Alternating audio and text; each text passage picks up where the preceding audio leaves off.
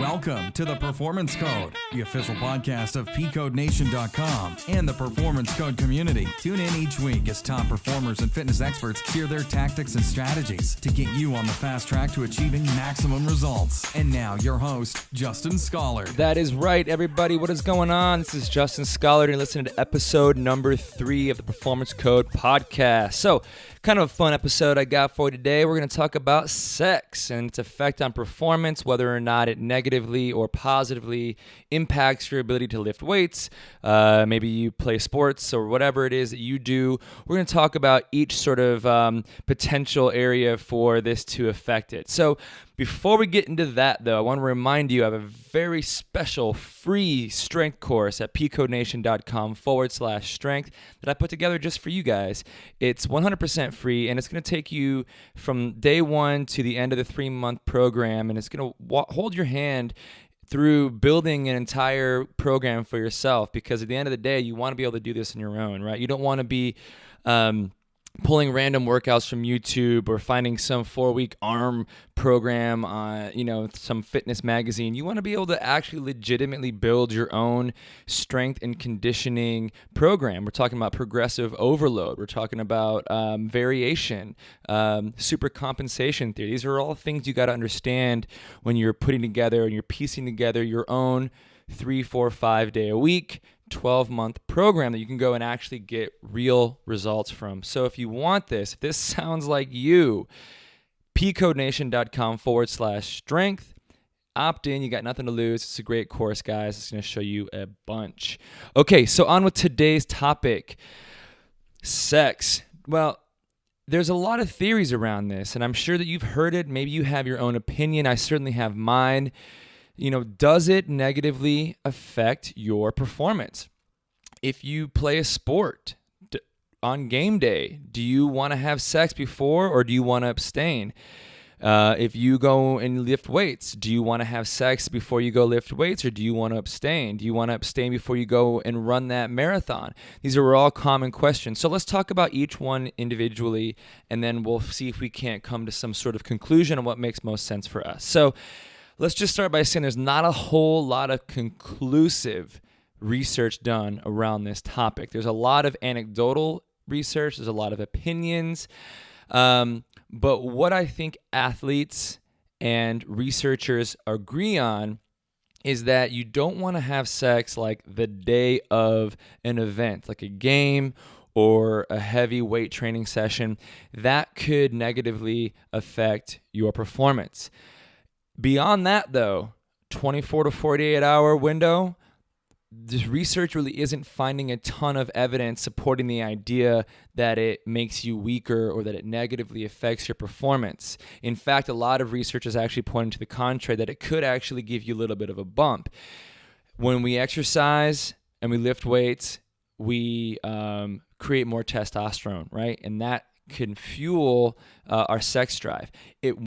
When we have sex, on the other hand, right away we get a little dip in testosterone, but of course that rebounds over time. So that's why giving yourself at least a 24-hour window to recover from the little dip in testosterone that you get from sex is optimal. And after that, there's really not a ton of difference as far as like your just pure strength and performance ability.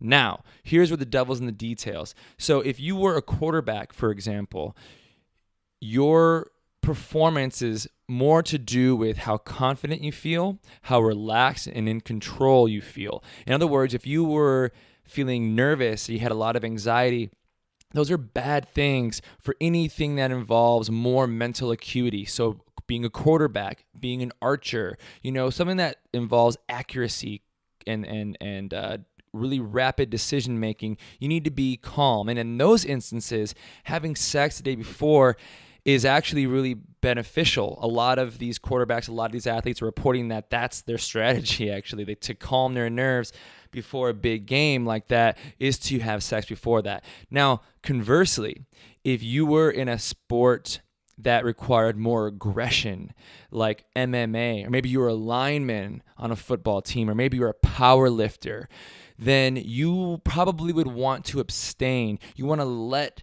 the the aggression sort of build up, that testosterone fueled energy from abstaining from sex for a week or so build before you go into your meet or your game or whatever it is that you're doing, your tournament.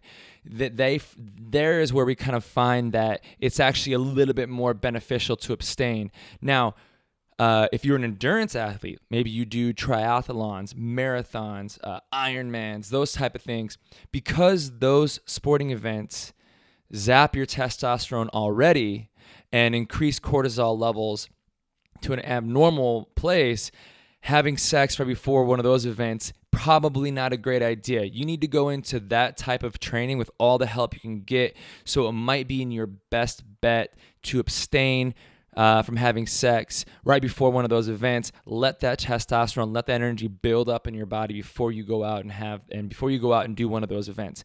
So other than that, though, if you're just more of a casual gym goer, like myself included, having sex the night before really isn't gonna move the needle one way or the other. It's really just sort of how you feel. It has a lot to do with the placebo effect. Like if you are convinced that having sex the day before you go and do leg day, for example, is gonna weaken you, then that belief in it weakening you is going to be more detrimental than the actual sex itself, right? It's all about how we feel and what we perceive as the reality that has a psychosomatic effect on our training and on our belief system. So the evidence doesn't really back that up, though. Here's the catch. Here's the finer point to this discussion, though. If you're in a long-term monogamous relationship, having sex the day before an event is a whole different experience than if you're a bachelor having sex the day before a big workout or an event. So if I were to go and ask a bachelor, hey man, when you had sex last night, did it affect your training session in the gym today? The answer might very well be, yeah, it did. I did feel a little bit more tired, but upon further investigation, we might find out that this guy spent a lot of time in not so positive behavior to try to get to that point where he had sex. In other words, maybe there was some alcohol involved. Maybe he stayed out too late. Maybe he was smoking. Would all these things that are sort of attached with having a more one-night stand type of sex, as opposed to someone who's in a monogamous relationship, maybe they had dinner, had sex around 8 or 9 p.m., was in bed by 10 p.m. So the next morning when they went to the gym session, there's really no effect on their performance or strength, right? So it's less to do with the sex and more to do with the behavior that was involved into getting to that place to have sex, right? Alcohol, namely, smoking, and then especially not getting enough sleep. That above and beyond is going to affect your performance.